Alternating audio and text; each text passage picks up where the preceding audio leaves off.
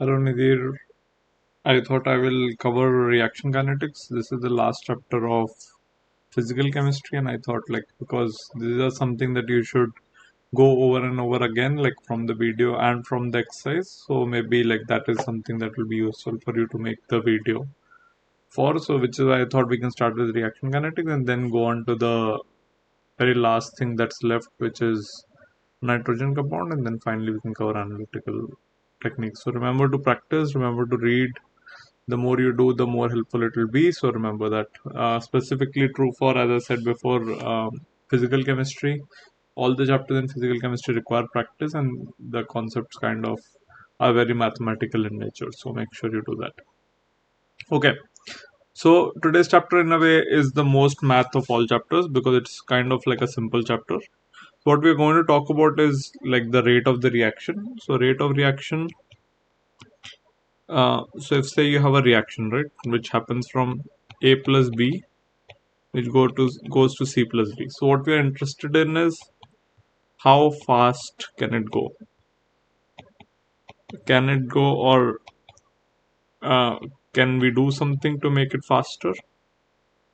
So imagine this reaction happens, but it reactions happens very slowly, right? So remember that this is a concept which is different from equilibrium, right? We are not talking about how much is the concentration finally, right? We are not talking about, oh, this reaction only gets 90% done, right, and then it stops, right? In the sense, if say you have 100 initially, right, and 0 0 here, after some time say you end up at 10 10 and 90 90 here, right, because 90% of the reaction is completed.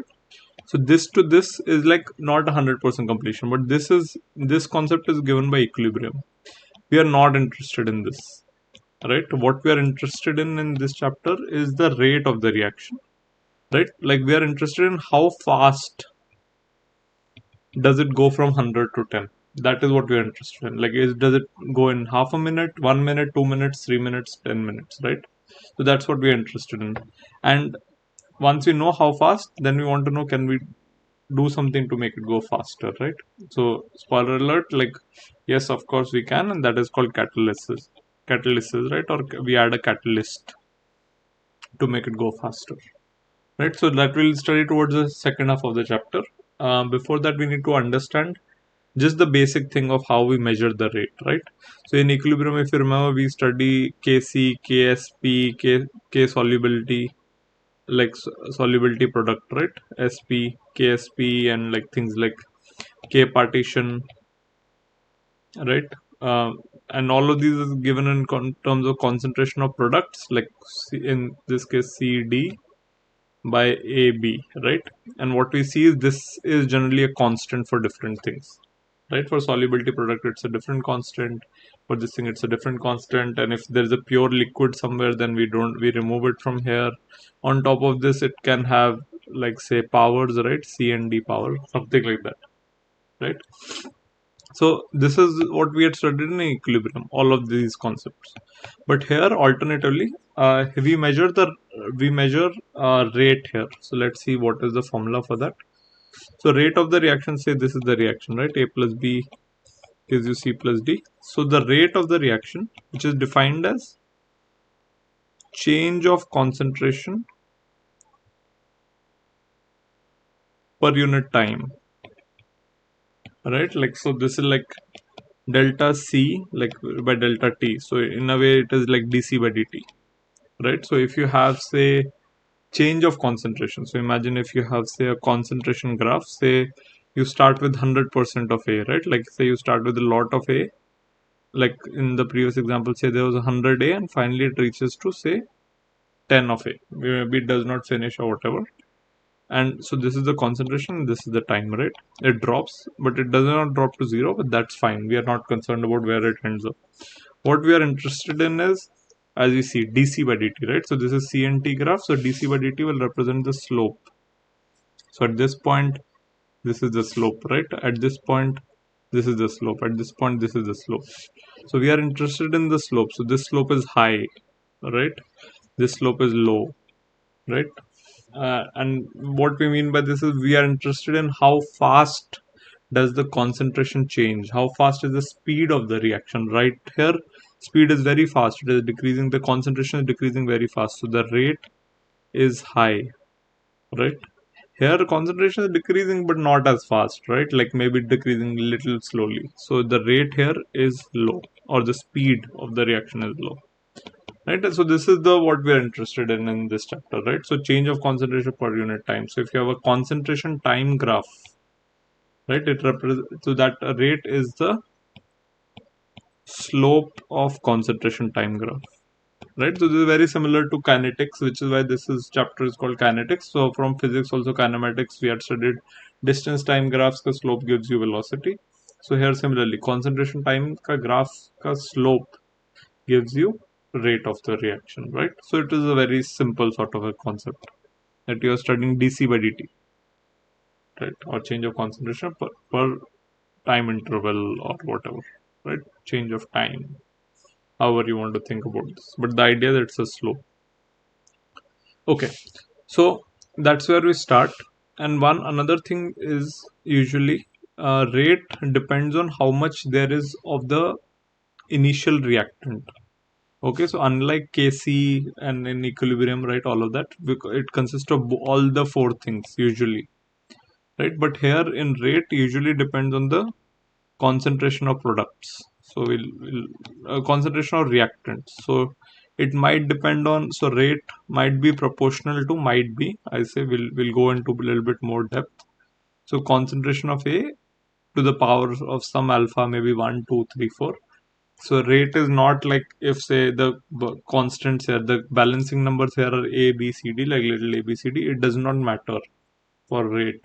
Like this won't be this A. So it can be different. So I'm writing it as alpha and B to the power of beta, right? So some other beta. This is not the same one. So some other beta. But there are no C and D. So this goes to say that, like, say, like if, so only reactants generally. Okay, there are no products. So that is the idea here. It's because things are reacting, right? How fast they react depends on how much of the initial thing is there, right? So it kind of makes sense in a way. Okay, so let's see. Then your book talks about types of reactions. So like different types of reactions, or like if you order them by rate. So this is also called the order of the reaction. So there are three orders. So which is concerned 0, 1, and 2, right? So all three are important. So it's in a way very simple. So if say this is the reaction, A gives you B, right?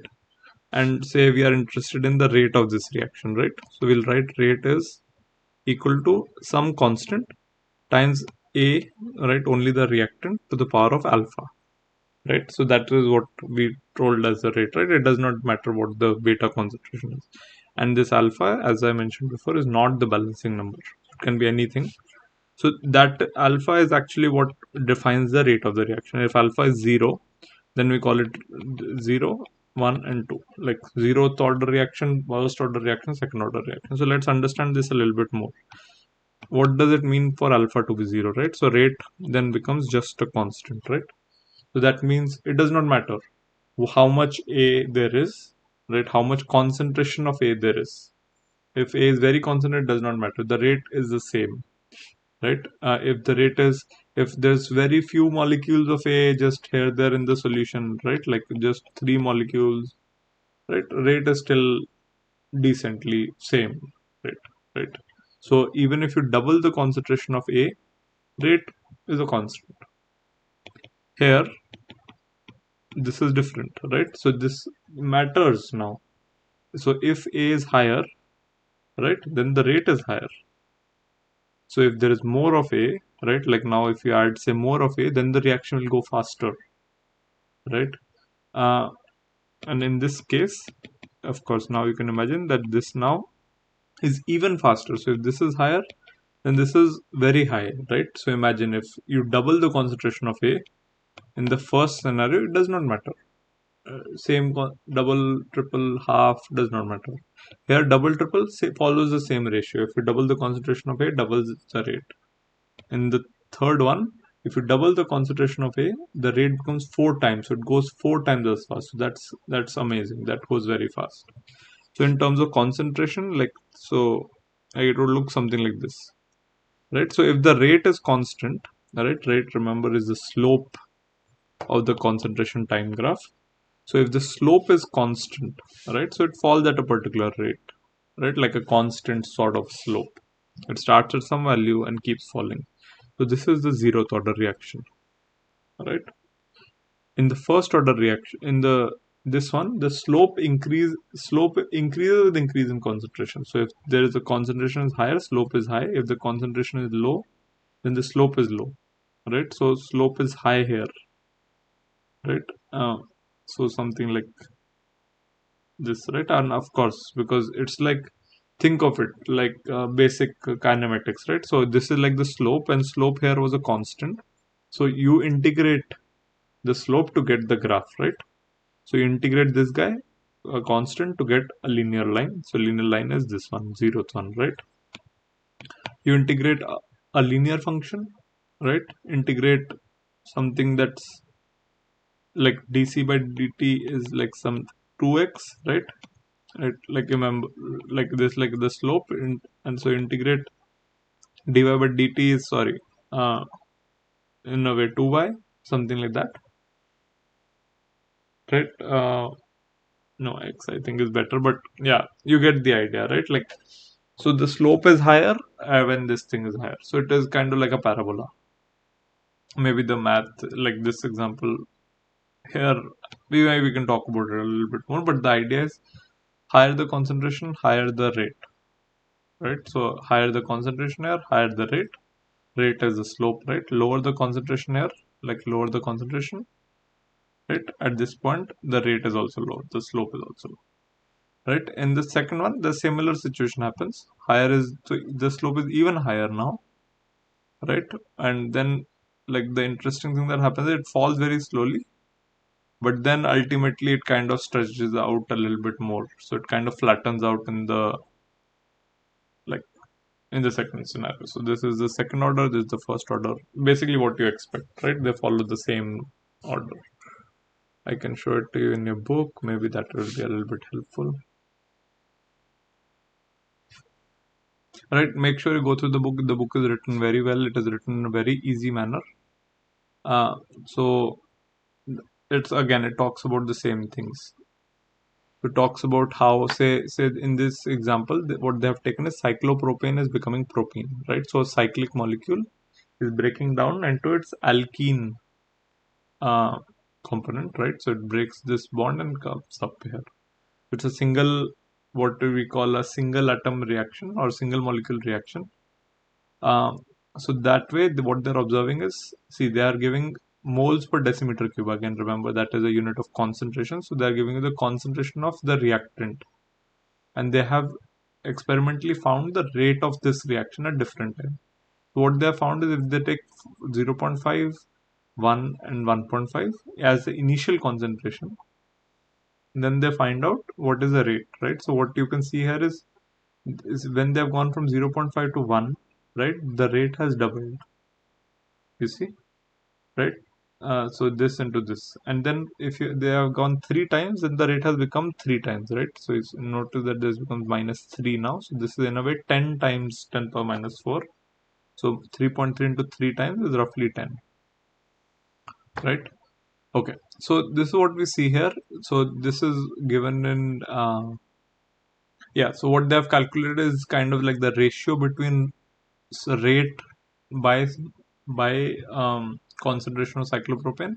So if it's a linear this thing, right? If you calculate rate by cyclopropane, then you should get a constant. So what they do get is a constant here. So that tells them that the reaction is of first order. So we don't know naturally what that alpha value is, right, for different reactions. So that this we can only find experimentally. Like, unlike equilibrium where we can write Kc just by looking at balancing numbers, here we cannot do that. Only experimentally we can find. So once you do the reaction, that is when you find out if this reaction will be zeroth order, first order, or second order. So what they have found through a experiment is, because this ratio is constant, right? If this would have been a square and then a constant, right, then it would have been a second order reaction. Or if the rate was directly a constant, right, independent of what is the input concentration you put, then the rate would have been zeroth order. But in this case, it is a first order reaction, right? Uh, so similarly, they have given you examples of uh, different reactions, right? So H2 plus I2 giving you HI rate looks like this. So this is first order in H2 and first order in I2. That's how we say it. This one NO plus CO plus O2 giving you NO2 plus CO2 is second order in NO, right? But is zeroth order in CO2, CO and O2, right? So that is a funny example, right? In the sense, if you put more concentration of CO, more concentration of O2, then it does not matter to the rate. How fast the reaction code will not change. So we will study in the second half of the chapter why this happens. This is interesting. But if you double the concentration of NO, the reaction will go 4 times as fast, right? So that's interesting. So which reactant does the rate depend on is different in a way, right? In this case, we see that there is an effect on both H2 and NO, but NO there is a square, right? So there is more of us, so it's a second order effect on the rate, right? Again, rate is how fast the reaction is going. Rate is the slope of the concentration time graph. Okay, and similarly here, right? All of these right things are found experimentally. Okay, make sure you read the book. It'll definitely help you. So here they talk about what the order of the reaction becomes. So this order is 1.5, right? So that is what we call a fractional order. It's not very common, but it happens sometimes. Usually in your book, in your syllabus, you'll only be mostly concerned with 0, 1, 2, 3. And that is what we see practically. In your book, you'll mostly be dealing with only till 2. Uh, so you should be always be able to find units of K. It's very important how to find units of K. So just rate is always concentration by time, and then it depends on what the m and n or alpha or beta values are, and then you divide that to find the values of K, right? It's similar to finding the values of Kc, Ksp, Kp in the equilibrium chapter, right? Like where it all changes constantly. So make sure you kind of work through these examples as well, right? Go through these. If it's not clear, we can discuss again, right? Make sure you rewind the video and kind of do that. Okay. So there are three things which your book says that you can be asked about order of reaction. First is to say that I want to plot the concentration with rate, right? So this is different to what we are doing already. What we were plotting before this was concentration time graphs, right? Which we said is the slope of that is the rate. So let's go through that first, and then we can come back to this. So this is what we similar to what we saw, right? So zeroth order, it decreases at constant rate. It does not matter what is the concentration. First order, high concentration decreases faster. Low concentration decreases slower. The effect is more pronounced for the red curve, which is the second order, even faster and even slower here, right? So the main features are there is a much deeper curve and a much longer tail for the second one, right? So remember this. In a way, go through this again and you'll get it. So this is the second part, right? So concentration time graphs. What is also important is you can be given rate concentration graphs, right? So one on y-axis is rate and this axis is concentration. So for zeroth order, rate doesn't matter on the concentration, right? So it's just a constant, right? So you're plotting like just a constant. In the first order reaction, rate and concentration follow this relationship, right? Rate is K times concentration. Now this is Y, this is X, so Y equal to mx, right? So it's like a straight line, goes directly like this, right? First order reaction. Second order reaction follows a parabola, Y equal to x square, right? Again, very straightforward things. Everything is just connected. It's just one, you're plotting Y with X. one with you're plotting x with t, and the slope there is in a way a rate, right? So just make sure you understand what is happening, because there are two things, right? Just time, rate, and concentration, rate, and time. Yeah, basically the three things. Okay, so let's quickly see example that a book talks about. So say if ammonia converts into N2 and H2, which are its all components, then they say rate is just a constant. It does not matter on the NH3 concentration initially. If you make it higher, does not matter. Make it lower, does not matter. So here, because the power of NH3 is 0, so the rate with respect to NH3 is 0. So it's a zeroth order reaction. Here in this case, in N2O reaction, where it makes a similar products as this one, but the initial one is different, they say increasing the concentration does help. So it's a first order reaction. Again, this is no way to predict all of this, seen experimentally. Right? So you'll be provided this as a part of your questions.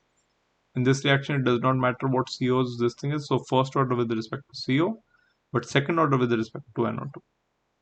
Right? Okay. And then this we discussed.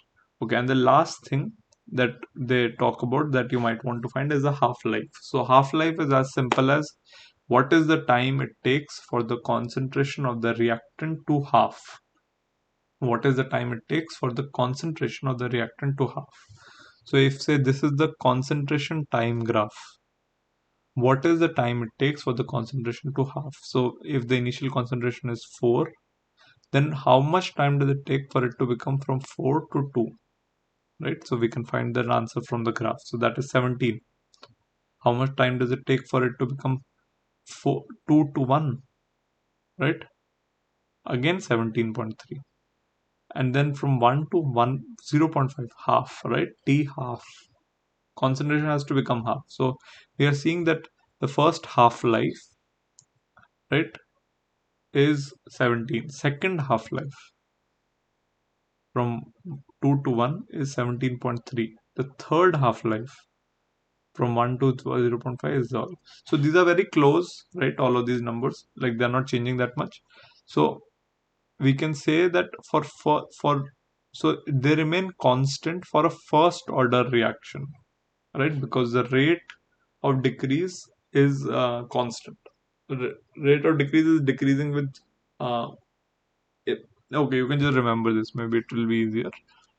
So if it is constant, every half-life is the same, then it is a first order reaction. If it's a zeroth order reaction, then the first half-life is, you see, this much. Then the next half-life is much smaller. Right? Then the next half-life will be even more smaller. So the half-lives will keep on decreasing. Then that is the way to identify zeroth order. If the half-life increases because it's like a longer tail, so for it to become half, it takes longer now. Right? So when that happens, then you can call it a second order reaction. So this is an easy way to kind of identify whether, so if you have the concentration time graph, then you can compute the half-life, first half-life, second half-life, third half-life, and see if they increase or decrease. Again, the book gives you questions about everything, like make sure you kind of do one question from each section. Because again, this is all about doing, will not understand otherwise. Okay. So three things you need to do. One is to study concentration time graphs, right, and understand what is the rate of the reaction, and for different orders 0, 1, 2, how does the concentration time graph look? That's number one. Number two, how does the rate concentration graphs look for 0, 1, 2 order, right? Rate concentration graphs. And the third thing is identify half-lives. So that is found again from the concentration time graph. As the concentration halves, what is the time it takes for the concentration to half? First half, second half, third half, right? So according to that, we can tell from 0, 1, half, 0, 1 to 0, 1, 2 order, and accordingly, right? Okay. Okay. So say consider this now, right? Like there's a more, we are kind of more massaging the idea a little bit further, right? So this is the reaction, right? So there are three things here. What they observe is the rate of the reaction depends on H2O2 and depends on I minus, and it does not depend on H plus. Again, we will see an example of why this happens, but for now, just take it. like that it is the case. So what they observe is, they say they want to say they have this sort of a curve, right? So they try different experiments, right? And they find the initial rate of reaction, right? So that is the slope right at the beginning. So what they do is they start these three other reactants, right? They start with three different configurations. So this is configuration 1, right? This is configuration 2, the second row, and the third row is concentration 3. And then they measure what is the initial rate of reaction, what is the what is the slope of that graph initially, and the slope is given to you here. So what you can do is make some observations, right? So between these two, you can see that the concentration of H2O2 has increased, right? Has almost become 1.5 times. Has the rate becomes 1.5 times? Yeah, it has, right? So what you can see is the rate must be a first order in H2O2, right? From this observation. Then if you compare, say, uh, yeah, so maybe like what you can do is, say if you want to find the K value here, and say you know this already. We'll come back to what I'm saying in the next example. I'm just jumping ahead here a little bit. But say the rate here you know already, then you can compute the value of K from any one of these scenarios. So if you know, again, you know the rate, you know the concentration initially, you can find compute A. So you choose any one of these cases, put the values from this case and find the K value, right? So that is the idea.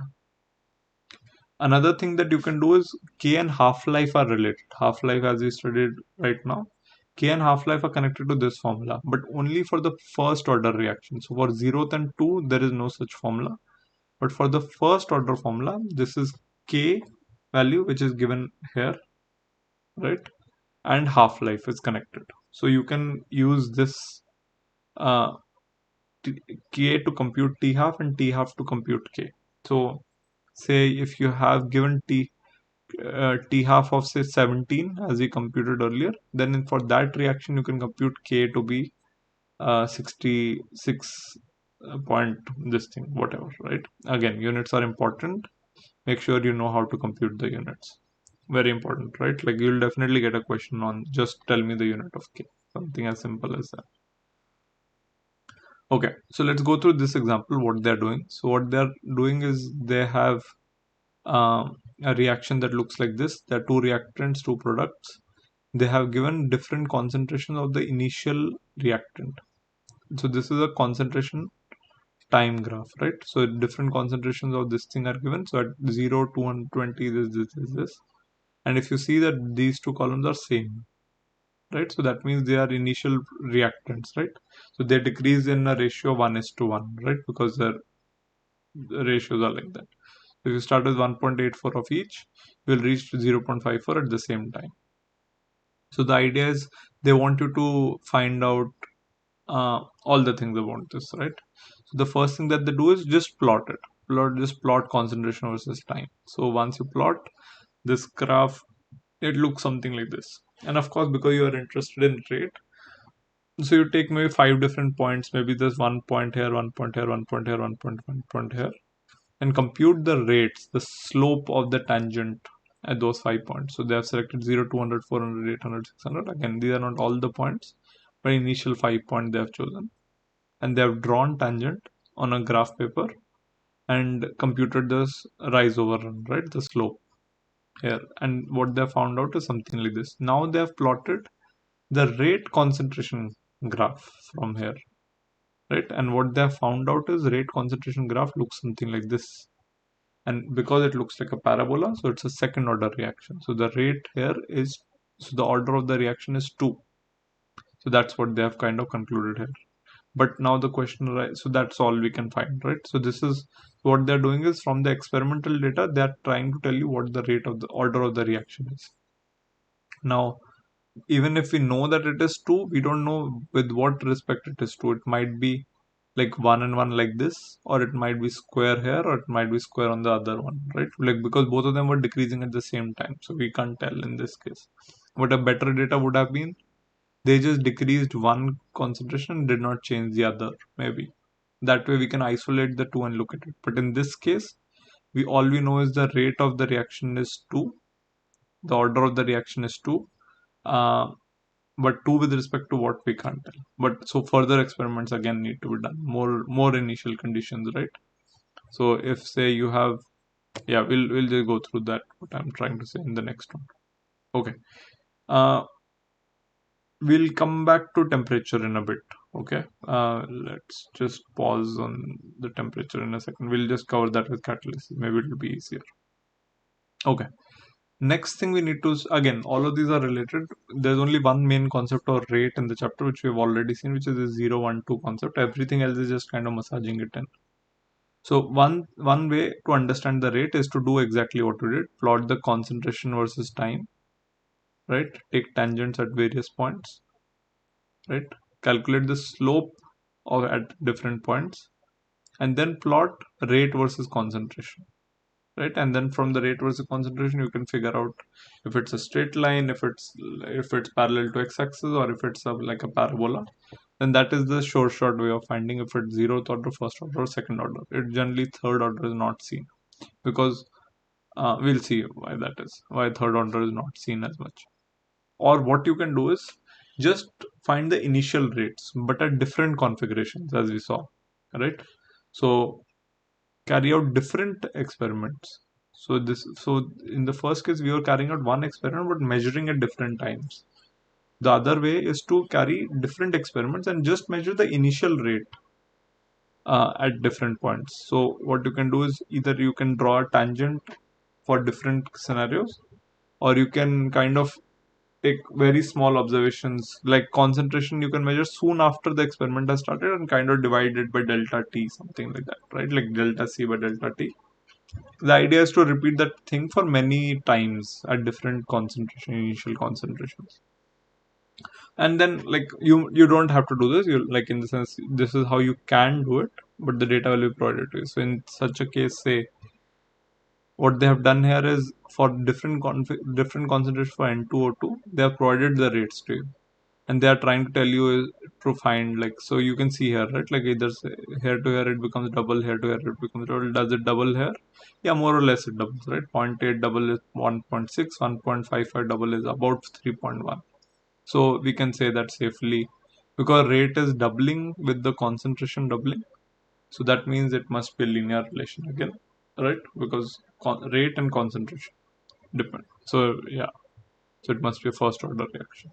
Again, take your time here. Try to understand everything here. Read through the book if you are not following. Because I can understand this can be a lot. Go through all the worked examples. Don't worry about the content, because they are all kind of different in their own ways. Go through the in chapter examples and go through the worked examples as well. So in this scenario, now let's see, right? So they have a reaction, right? So this reacts with this in the presence of this to give you two things. So this, to quickly refreshing our organic. So what is the name of this compound, right? So it's a ketone, right? And then there are 3 carbons. So this is a propanone. So propanone is reacting with iodine, right? In the presence of H plus, right? Say maybe an acid, right? Which gives H plus to give you this sort of a like a little bit like this a complicated thing. So this is a ketone but substituted ketone. Like one of the H's outside has been replaced with I, and that I has left, and that H has left and joined with the other, this one. So this is what is happening. They have seen that this reaction happens.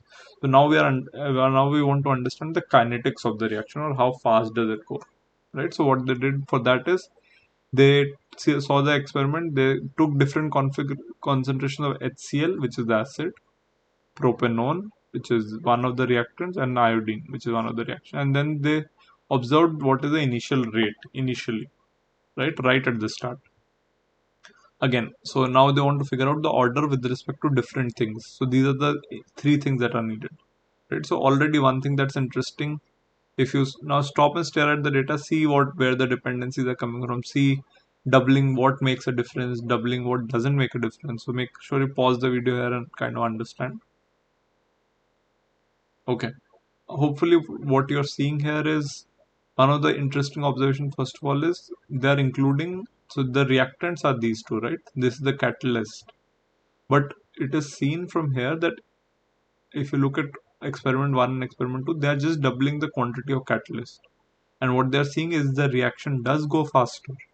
Right? So that's already interesting, that even though this is not directly taking part in the reaction, right? The reaction is done by the reactants, but even despite of that, the catalyst does play a role. Again, we'll go through this in a little bit more depth in the next section, but what they're seeing is doubling the concentration of the catalyst does double the rate of the reaction.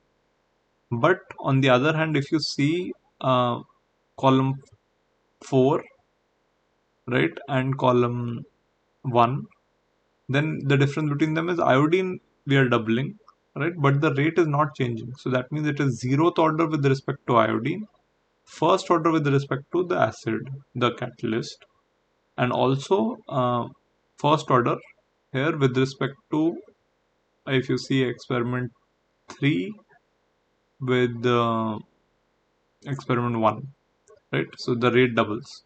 So it is first order with respect to propanone as well. So the rate of the reaction, so you can conclude that it is, so they are not written explicitly, but it will be K times uh, propanone into acid, right?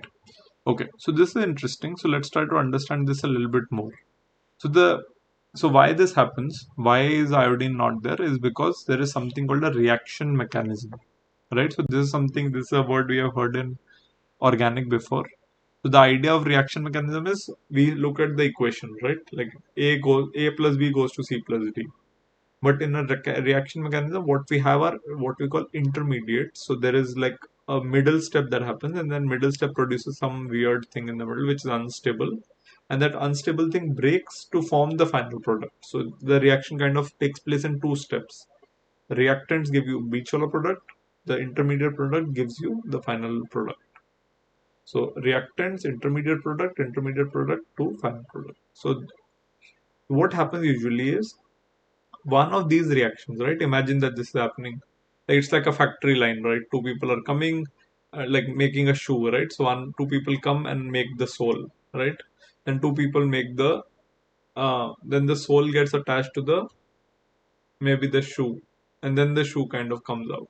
So like the sole gets made, then the sole gets stuck to the shoe, and then the shoe goes out. Sole gets made, sole gets stuck to the shoe. This thing. Now imagine that now two things need to happen. If say one of the things is slower, so they say the sole making guy is very slow. That he comes, slowly makes the sole, and then he sticks it, and then the shoe gets made. So even if the actual joining guy, right, which connects the two parts, is very fast, the reaction will only happen, the shoe will only get made at the pace at which the slowest person in the pipeline works, right? So if say on the other hand, say if the sole making guy was fast, right, he's making the soles very fast, but the joining guy is slow, like he takes his own time joining. So the rate at which you will produce the final shoe will now be determined by the slowest guy in the pipeline, which is now your joining guy instead of the sole making guy. Right, so a similar thing happens there, because A plus B gives you an intermediate, and intermediate gives you the final product. So if the second reaction is slower, then the rate determining step, right, that is the name, what determines how fast the overall reaction would go, will be determined by the slowest reaction in the reaction mechanism. So let me repeat that. The overall rate of the reaction depends on the slowest step in the reaction mechanism. So if the reaction mechanism consists of 5 steps and the third step is the slowest step, then that becomes the rate determining step for the whole reaction.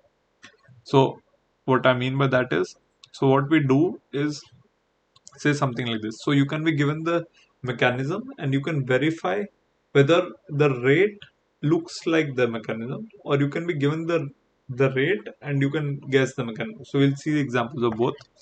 So say something like this happens, right? Say you have propanol plus iodine plus some acid gives you what we just saw, right? So someone comes and suggests a possible mechanism, right? A proposed mechanism. So what he says is, this propanol first reacts with the acid, say, and he says it reacts fast, right? It's not the slow step. It forms some intermediate compound. That intermediate compound now, but slowly, right? It says slow here. So one of the four will always be slow. So it's a 4-step process. This intermediate gives rise to another intermediate, a second intermediate, which is different from the first.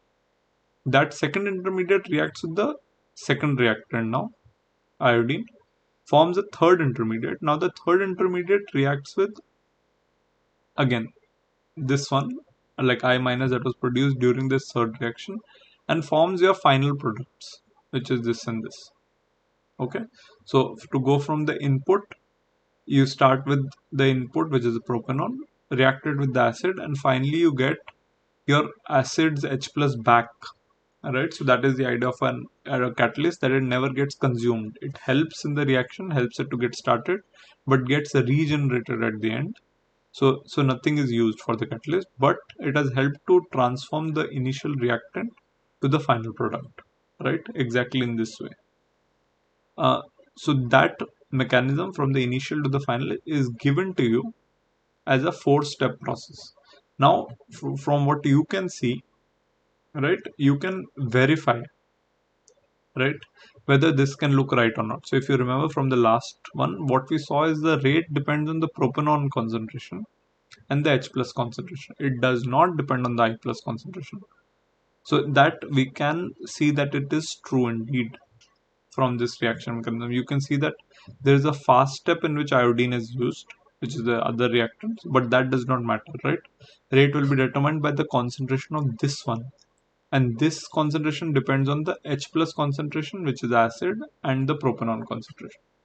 Right, so you kind of see what is the slowest step. So this is the slowest step. So this concentration will be important. If this concentration is important, then how is this produced? Then it is produced from H plus and this one, which is why the rate of the reaction depends only on H plus and this one. The exact order we can't tell, right? But we can tell that, okay, iodine at least will not be at play here. Iodine will be zeroth order. So this is how we kind of correlate the mechanism. We can verify whether a mechanism looks right by predicting what will be the slowest step in that mechanism, and then correlating that slowest step with what we see experimentally for the rate, right? And remember, like, these slow, fast, whatever it is, and the exact mechanism will be always be given to you. You don't have to guess. Maybe in organic chemistry you might have to like use your logic a little bit, but in general, like, they'll give it to you. Okay, so make sure you read through the book. So now look at this one, right? So now second example they are giving you. So in this one, you go from N2O5 to NO2 and O2, right? So this N2O5 and here are shown as the blue blobs, and oxygen are 5 oxygen, right? Red. So first it forms this one, NO2 and NO3. Again, this is intermediate. This is a proposed mechanism, right? So they say that there may be a slow step here, which is NO2 and NO3, right? This one. Then this NO2 and NO3 forms again NO plus NO2 plus NO2, O2, right? And then they're saying the NO from the second reaction and NO3 from the first reaction, right, combines together, which is shown pictorially here also, to give you 2 NO2. Again, the details are not important, but the idea is someone is telling you that this is there and the reaction is slow here for the first one. So because this is the slowest one, so the rate of the reaction will depend on the concentration of N2O5 and nothing else. And this is what we see actually practically also. Like one of the examples previously in the book covered this reactions where they found that the reaction was first order in N2O5 practically. So that helps to verify the mechanism of the chapter, right? Of the reaction. So this is of course, because it only depends on one, this is what we call a unimolecular reaction, as we talked about. Right? Again, go through your book. That's very important. And now you can do also the opposite. So if someone tells you that I know for sure that the mechanism I know, and I know which is a slow step and the fast step, then I can tell you that the rate of the reaction will be depending on this guy and this guy. Of course, the exact order is difficult to tell, but it will be like maybe a good guess is one and one in both, right? But like the idea is it will not depend on anything else, even if there is a third thing present in the reaction, right? So this is why sometimes, so even if there are 3 reactants here, the rate only depends on only 2 of them. right? So that's because one step is slow, one step is fast, right? It's a two-step mechanism. The slower step will be the rate determining step, and that is what determines the rate. So then the other step may, even though BR2 is being used here, but it's a fast step, so it does not matter, right? Again, so you need to use your brain here. You need to understand this bit a little bit. Go through your book for this a little bit more. Okay, take a short break here. We'll cover catalysis and the effect of temperature uh, just after this break.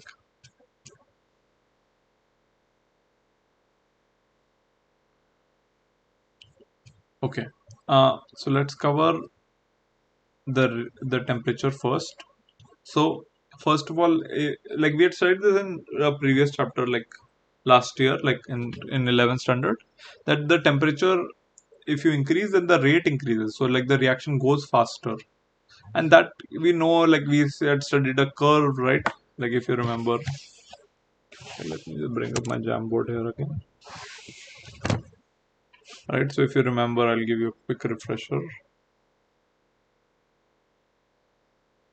right? So it was something like, I don't know if this will come up. Yeah, this is not coming up right now.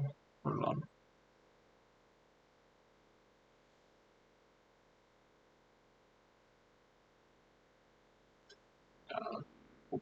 Hold on.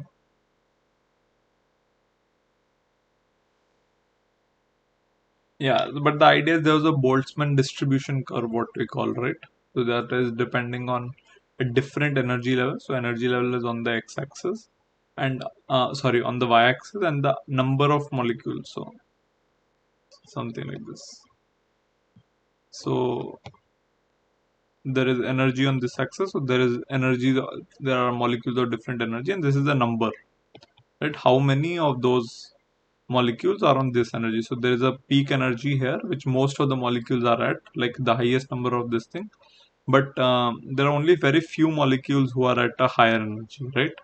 And usually what happens is you have uh, reactants that have some energy, like reactants, right? And products, right, which have some other energy and usually lower, right? And this difference is what we call generally delta H of the reaction, delta enthalpy, right? But what happens in the middle is it needs to go through what we call a reaction profile, right? Or an energy profile. What happens is the energy increases as the intermediate product. Like initially, for them to react, it must cross this energy barrier. So this is called EA, right? Or the activation energy, which lies somewhere here. So not all of the molecules have that much energy. Only these many molecules have this energy, right? So the more number of molecules that have that energy, then the more likely it is that every reaction will become product, right? And what, if you remember, what catalyst does is it lowers the height here, right? If it's a multi step reaction, as we saw, then it might be two bumps, right? Like so, step one and step two, right? So it has, so now the new activation energy is this much, something like this. So this is what the effect of a catalyst was, if you remember. This is after catalyst, right? So the energy barrier becomes less. So the reaction, so the rate here, which is k, right? Sorry, yeah. So the rate is k, in a way that constant k, right? So that is given by this equation. Again, the equation this is not important for you, so I will not go in too much depth. But the idea is ln of k is, I'll just write it once so that you know that such a thing exists.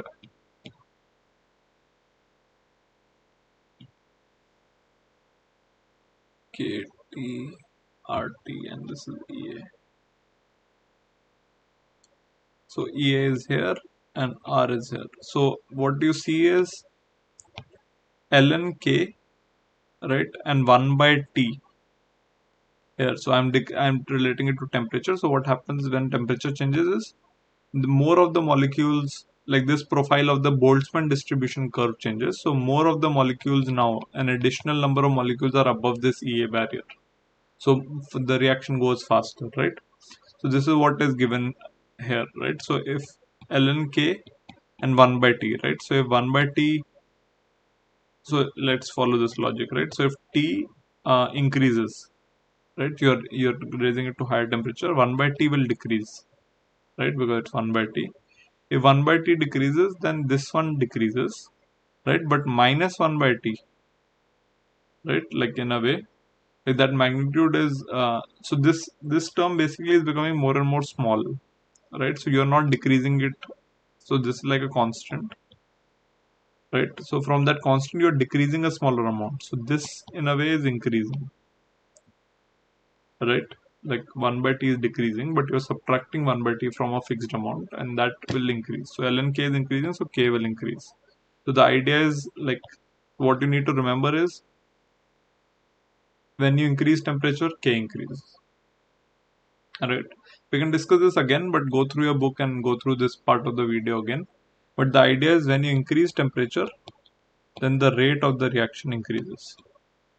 And the logic from that comes from the Boltzmann distribution. Right? Not everything is connected. There is one equation that determines everything. Right? And that determines, like, so that is connected by this logic that t increases, 1 by t decreases. If 1 by t decreases because there is a minus of this, then ln k increases. So ln k increases, so k increases. It's the same thing. Like another way to, if you plot ln k versus 1 by t, you will get like y equal to, so this is y, this is x, so this is a minus m ka slope, so it falls something, it forms a straight line, right?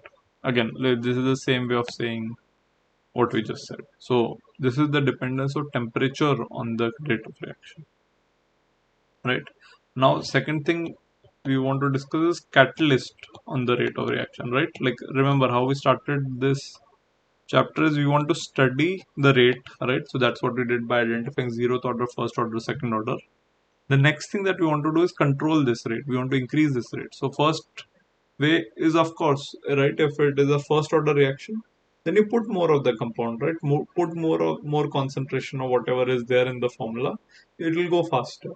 Now you're like, oh, maybe it is a zeroth order reaction, but I want it to go faster. So what are my options, right? So option number one is to increase the temperature of the reaction, right? It'll go faster even if it is a zeroth order reaction. Option number two, use a catalyst, even if it's a zeroth order reaction, and if maybe it depends on the catalyst. Zeroth order value catalyst won't help, as you saw, right? So that catalyst should be there in the rate of the reaction, that formula. So if it is there, then you can of course use a catalyst, right? So it might help you. Okay, so that's what you're talking about. Uh, so there are two kinds of catalyst, right? Homogeneous catalyst and heterogeneous catalyst. So I'll go through this a little bit faster because I feel this is more of a reading thing. So the idea in homogeneous catalyst is the catalyst and the reactant, right? Reactant and catalyst are of the same physical state, like they both may be liquid, like aqueous, right? So or like usually they're liquid, so which is what your book also talks about. And here the reactant and catalyst are of different forms. So one might be solid and one might be say liquid, right? So it's just a sort of qualitative difference. Okay, one thing that your book talks about is what usually happens in homogeneous and heterogeneous catalyst. In homogeneous catalyst, usually there is an oxidation number change.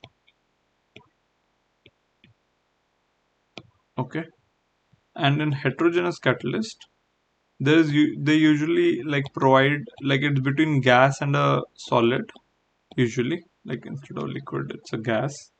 And what happens is solid is the catalyst, and gas is the reactant. And usually solid provides the surface for the gas molecules to get stuck, react, and then go off through a mechanism what we call as adsorption, AD. So we'll talk about both of these a little bit in depth right now. Okay, so the first is homogeneous, in which there is an oxidation number change. Again, we are very familiar with the concept of oxidation number, so I'll not go into that depth, but let me know if you're forgetting those details as well. Okay, so let's go through that. So again, this gives you a very quick introduction. So let's get it to homogeneous catalyst. So that's what they're saying here. So usually there is an oxidation number change. So imagine if there is a reaction like H2O2, right, in the presence of sorry, this one. Okay, let's see. I take this one only. H2O2 in the presence of iodine atoms, right? Give me a second here. Yeah. My battery is dying. I hope it does not die before the video. Okay, let me just cover this. Okay, one example is H2O2, right? Gets converted into H2O and O2, right? As this reaction, but in the presence of iodine atoms. And of course, this is aqueous, and iodine atoms are also aqueous. So this is an homogeneous catalyst. So what happens is, so they propose the mechanism. They told it happens in two steps. One is H2O2 reacts with I2 first. In that, the H2O and IO minus comes, and this IO minus reacts another with H2O2 molecule to produce the final O2, and then you get the I minus back what you reacted. So I minus was in, I minus was out, so it is like a catalyst. In this, you see that if you find the oxidation numbers everywhere, you'll find the O is -1 here and O is -2 here. So oxidation number has changed. So that's what they say usually happens in homogeneous catalyst. Go through the book. Again, my battery is dying, so I'm being a little bit fast here. So a similar thing happens in S2O8 gets converted into SO4 2 minus in the presence of I minus. Similar thing happens. So usually it is very difficult for SO, like if you look at the reaction, then it's two negative things reacting, right? So that's very difficult to happen. So what happens is they put Fe3 plus ions in the mixture. So Fe3 plus first reacts with one of the negative ions. It becomes still positive but lesser positive, and this is still positive, so it can react with the other negative atom to further reoxidize the other one. So through this exchange, so both of them are only reacting with positive negative, so it is much easier to react, and at the end you get your catalyst back, and that is the idea, right, of a catalyst.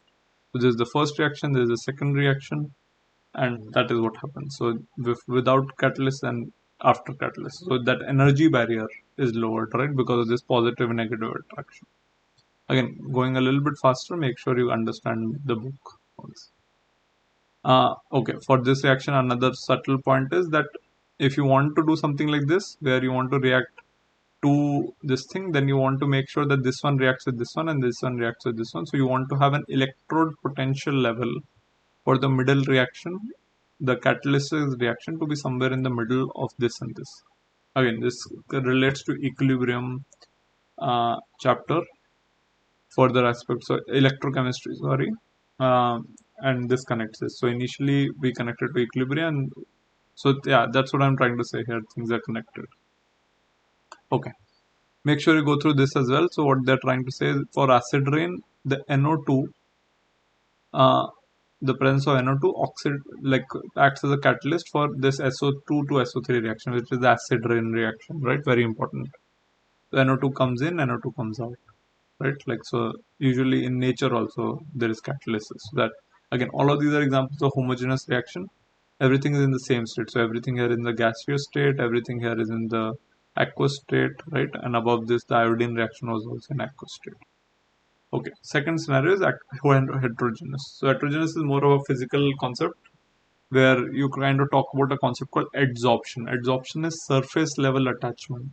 So what happens is there is nickel, right, in a lattice, right, and then you have H2 that comes in, right. H2 forms a surface level bond, so it does not absorb, which is in the bulk, which goes inside like a sponge and water, right, like water goes throughout inside. It's not like that. This is adsorption. So things come and just stick on the surface, right. So HH comes, right, with the bond here, then this HH bond breaks, then H forms a bond with nickel, H nickel bonds, right. And once this happens, so let's just see an example here. So HH comes and N2 comes. So H bond breaks and N bond breaks, and it forms a nickel platinum bond and H platinum bonds. And because now they are all closer together, instead of moving vibrating like a gaseous atom normally would, they are now able to react because they are now at the same place, right? They are stuck to the nickel atom. Now they can react cross with NH3 here, and then once NH3 is formed, it kind of deabsorbs, right? Desorbs from the platinum surface back into this one. So there are 3-4 steps. One is diffusion to the surface, adsorption, where they break their bonds and form bonds with the surface, reaction, right? Desorption, and then finally diffusion, right? Desorption is breaking from the nickel surface and then or platinum surface and then just going away. That is diffusion, right? So again, these 4-5 steps may go through the book. They are fairly straightforward. Okay, one of the things that people put in the car ka exhaust is they put something called catalytic converters, which are basically nothing but a honeycomb structure made of platinum. So what happens is a similar concept. Because of your carbon, the petrol that you burn sometimes has unburnt hydrocarbons, so it has CO, right, which is dangerous to the environment, carbon monoxide, and then you have NO, which are all partially burnt nitrogen oxides and partially burnt carbon oxides, right, hydrocarbon. Now both of these can be combined to give N2 and CO2. Both of it are safe gases, right? And this reaction takes place using in the presence of platinum, which is like a catalytic converter. So in a gas, the exhaust of a car can uses this heterogeneous catalysis idea, right? And this is the basically the whole chapter. Uh, go through the chapter. Things are very straightforward, I feel, related to other physical chemistry chapter, but you will need to do, and there might be some plotting and things like that. But make sure you solve all the internal uh, questions and the worked examples. Let me know if you have questions. Okay, we'll stop here.